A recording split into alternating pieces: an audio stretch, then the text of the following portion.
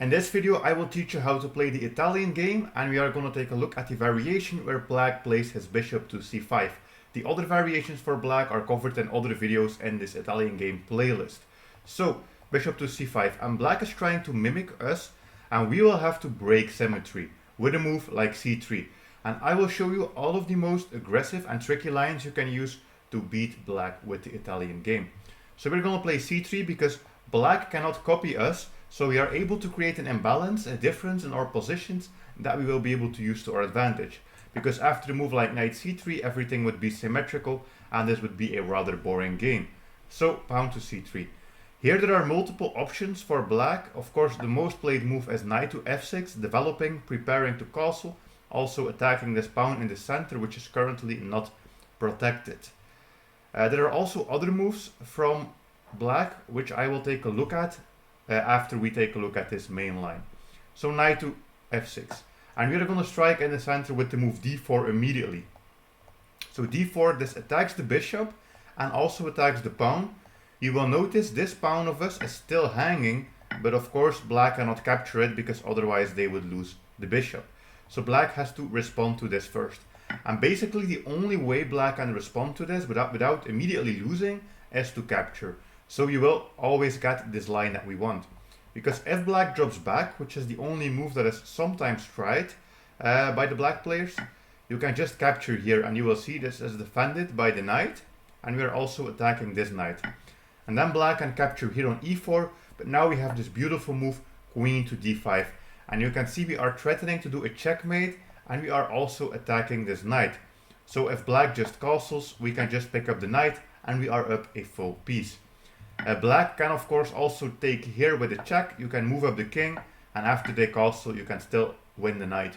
You might think, well, I lost the pawn and I lost my castling rights, but this position is still really good for white, because in many of these lines you can play for checkmating attacks. And even if black tries to stop you, for example here, bishop g5 attacking the queen, and you can even, if this checkmate doesn't work, park your bishop here and we are just going to move up the queen and then deliver this checkmate here. So that is an important pattern to recognize. For example, this variation, and then we can go for queen h6 and go for checkmate. So you will not get this a lot, but if they play a bishop to b6, just know that you can capture, and then go for this checkmate, capture, go for this checkmate, and then also develop your bishop, swing over the queen, and then go for checkmate on g7. So black will usually capture your pawn, and many players immediately recapture here, but I don't think that is the right approach, because in the end you run into this check, and also this pawn is still hanging and black can capture this. So what I like to do is to push this pawn to e5 first, and this is also winning a tempo. That means we are pushing our pawn, we are extending our center, extending our pressure, and at the same time this knight now has to move before black can do anything else. So there are a couple of options here. Basically the only move that black can use that still keeps him somewhat in the game is this counter attack with d5, which is going to be our main line that we will focus on.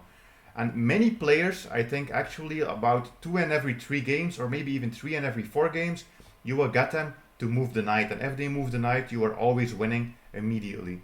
A popular move with the knight is knight to g4, thinking, okay, we are gonna capture back this pawn.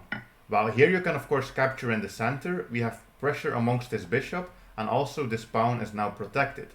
Bishop check, knight c3, developing the knight, castles, and you can see we have an amazing center and already 3 developed pieces, so white is definitely better here.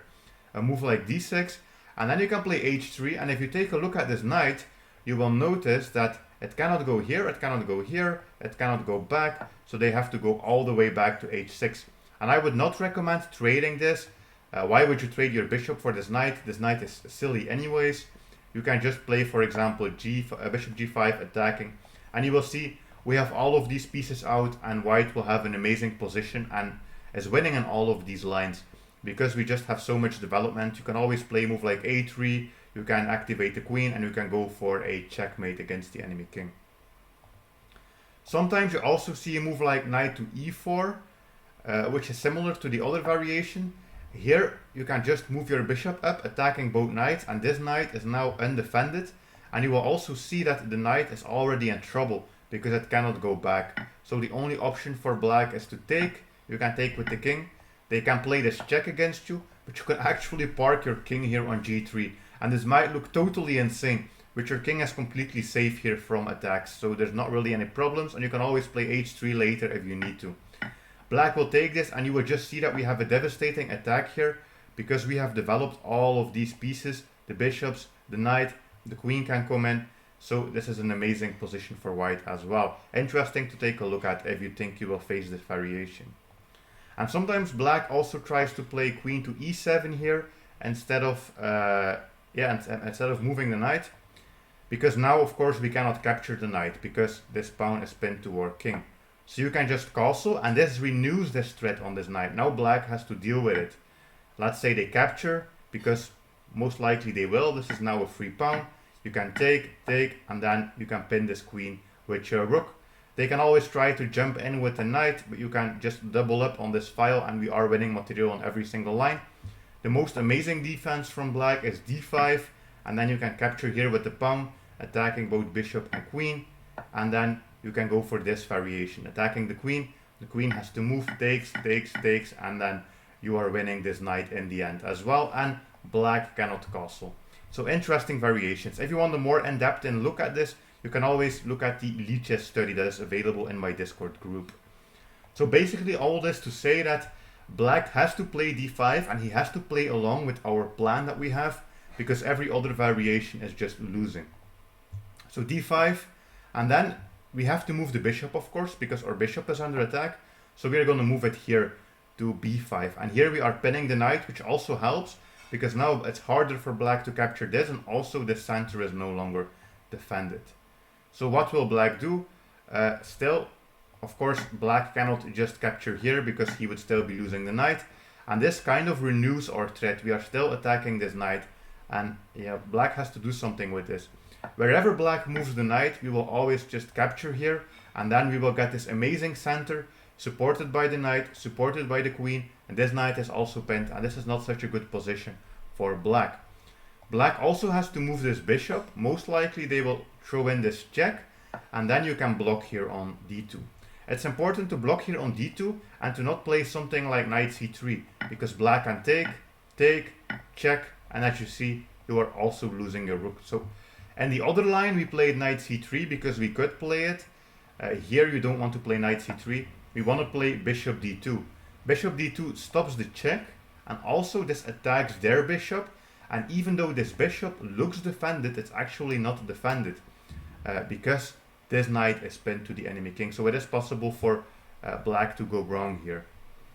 Again, multiple options for black. They can take here, they can take here, they can castle, but pretty much everything will lead to the same variation. I'm going to continue with the most popular move, which is taking with the knight, and then we can just recapture with our knight. So this helps us, because black played 1, 2, 3 moves with the knight just to help us develop our knight. So that is a really good situation for white. And here most likely black will castle, we can castle. And of course this can also be achieved in a different move order, but this position that you see right now is the most important one. You should remember if you want to play this variation of the Italian game. And that is, white will end up with an amazing center, and also in many of these lines we will be able to take here on c6 with the bishop, double up pawns, and then we are going to fight against this c6 pawn, and we're going to try to pick it up by, for example, playing queen here or queen here. Both of those attack the pawn, and we're also going to activate our rooks, sometimes even double up, because we want to win a pawn in this variation and also completely destroy the queen side. So again, many options of course for black. I'm not going to cover all of them. If you want to see more of them, you can check out my Lichess study. The most popular response is bishop to g4. Bishop to g4, because this is pinning the knight, and most people with the black pieces think, okay, this is a good move, we are pinning this knight, we are attacking this knight, but actually this is not such a good move, but it is 62% of all games, this is the move that is played, so I think you will get this a lot. And I will use this to demonstrate the main IDs as well. Something else you might of course get is that they capture this earlier on, but you never have to worry, you can just capture back with the queen, castle, and all of the same IDs will still apply. And if they go for this, for example, to attack your knight. You can always take, go in with the queen, take, and you can see here we have this weak pawn we will be able to fight against. Okay, but let's continue with our line. So black plays bishop to g4, pinning this knight, and immediately you have to counterattack this with pawn to f3. Because of course you also don't want to have this knight pinned, because if this knight is pinned, at some point black might be able to capture here in the center. If you play just a random move, for example, black can always capture here and has more pressure on your position as well. So you want to immediately resolve this situation, so we're going to play h3. There are two options from black. The most played and the best option is just to move back with the bishop, because black still has the pin and they are still threatening to capture here. If they just exchange, of course we can take with the knight. Again, a really strong center, all of this is defended. You will get something like a6, and this is one of those lines where you can win a pawn. Bishop takes knight, pawn takes knight, and then queen a4. And you can see we are attacking the bishop, and we're also attacking this pawn. So it's just impossible. Black has to move this somewhere, for example here, and then you can take this pawn for free. Also activate the rooks and just go for a queenside attack here. If black tries to defend the bishop, of course we can take here as well. And if they try to play c5 because they think, well, this both defends the bishop and also saves my pawn, well, you can just play this move a3. a3 attacking the bishop. The bishop has to go back, and as you will see, the bishop is actually trapped, so they will have to sacrifice this bishop. And that is if they capture your knight on f3 with their bishop. Of course, they don't have to capture, they can also go back, which is the most played move. Still, they are trying to do this threat against your center. And here you can play captures and then queen c2. Queen a4 doesn't work here because of c5, and here a3 doesn't work because black can capture your knight. So that is why we play queen c2 with the same idea, trying to win this pawn. And it's really hard to defend this. As black, of course, if you push it, we can just take this and they cannot recapture this. They would be losing the bishop. So they will probably have to defend with the queen, most likely. And then we can activate the rook, and you can see we have double pressure on this pawn. And there's not really any way for white to add an extra defender. So this is already a position where white is going to lose, or black is going to lose a pawn. The best option from black is trying to go for a counterattack, because I would not recommend capturing this straight away, because you could get something like this, and then in the end you're also losing this pawn, and your knight is under attack. So this is a sneaky counterattack from black, trying to make sure they get that position. So definitely be patient in this line. You have to be patient and play something like a pawn to a3, kicking out this bishop. They can trade, for example. They can move the bishop, attack your queen. It doesn't really matter, we just want to stay on this file because we are still trying to win this pawn. And you can just keep playing moves to try and win this pawn. Rook here, and again, we can take this, but we would just get this exchange, and then this knight is also under attack. So we don't want this. We're going to play b4. And now because of a3 and b4, you will see we don't have a weakness on the b file anymore. This rook is kind of useless at this point. And then we are still threatening to capture this. But black can always defend with rook to b6.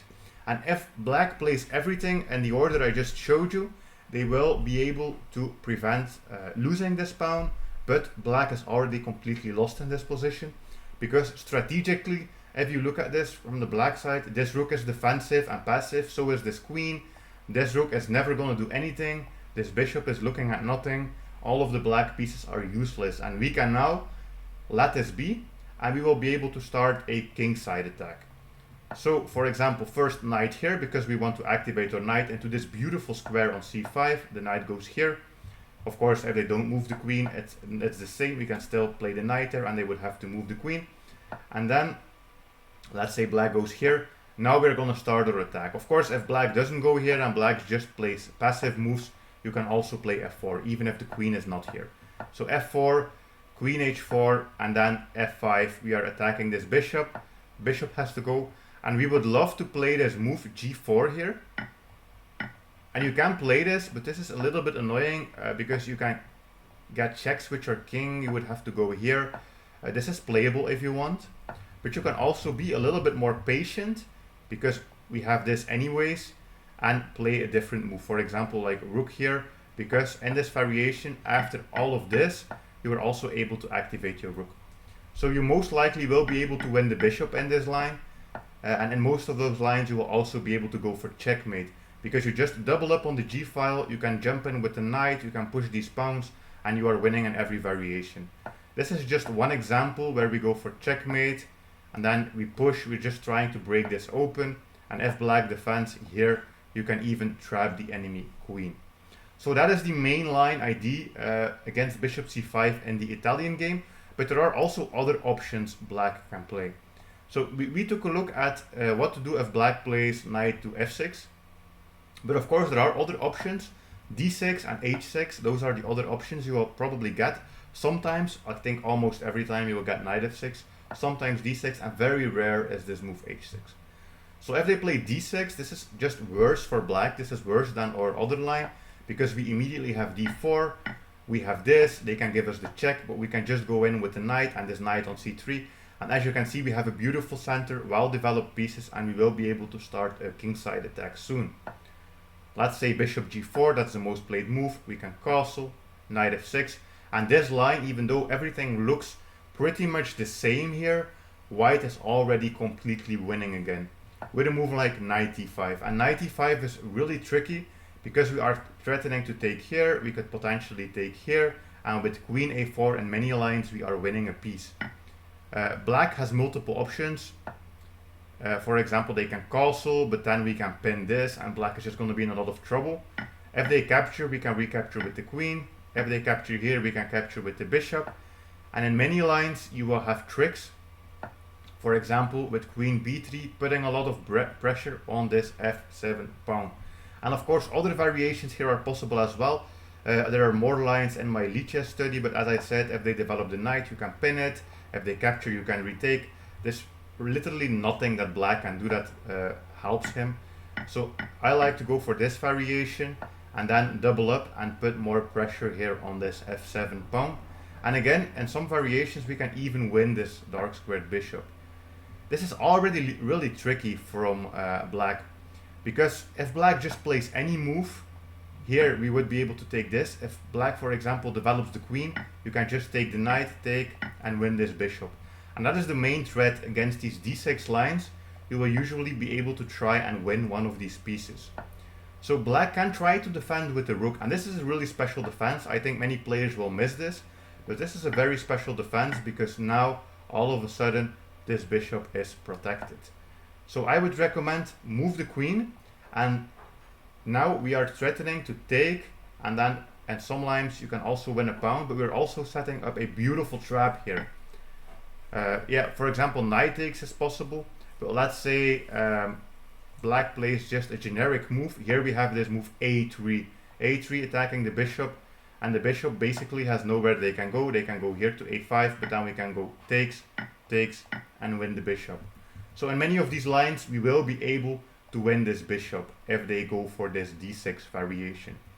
If they see this, they can always choose to go for knight takes here. This also sacrifices the bishop, but then black could try to do some counterplay, for example knight c1, queen here, they take the rook, but you will see we are going to win this knight back, and then we have two bishops versus a rook, so this is still winning for white. And that's the main idea to keep in mind against pawn to d6. You want to try and win one of these pieces. Most likely you are going to try to win this dark squared bishop. And the last variation is what to do if they play this early h6. Again, in many of these lines you can actually play d4 if you want to. So you could always go for just this, and then this is very similar to what we have seen before, and you can even start kicking these knights around and winning some tempi. But against h6 specifically, you also have this really nice move, pawn to b4, and that is something you don't get a lot in the Italian game. Attacking this bishop and then pawn to b5, kicking away this knight, and then bam, we have the sacrifice here on f7, and you can really surprise your opponents with this. They take, we take the pawn, they have to go to the center, we can develop the queen, and this is something like a fried liver attack. It's pretty similar. They tried to avoid it with the move h6, and then we were still able to do it in this way. And white is winning in every single variation, but only play this if you are someone that is good at tactics or if you want to get better at tactics. Otherwise, if you want to be more strategic, you can always play pawn to d4 and then go for this variation. And most likely they will have to play something like d6 here before developing the knight, because they don't want you to be able to push this. Then you can push here, and yeah, this is already pretty annoying. This loses the bishop even.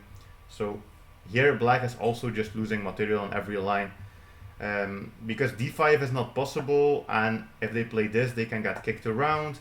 If they play d6, you can always play this here, or you can castle and then play this here, and it's just terrible for black on every line. They will almost always lose some material, for example in this variation. So that is how you can destroy them if they play h6. This video is part of a series on the Italian game, so definitely check out my other videos to see the other variations. That's it. If you enjoyed this, definitely subscribe, leave a like, leave a comment. I try to read all comments. And that's it for this video. I'll see you in the next one. Bye.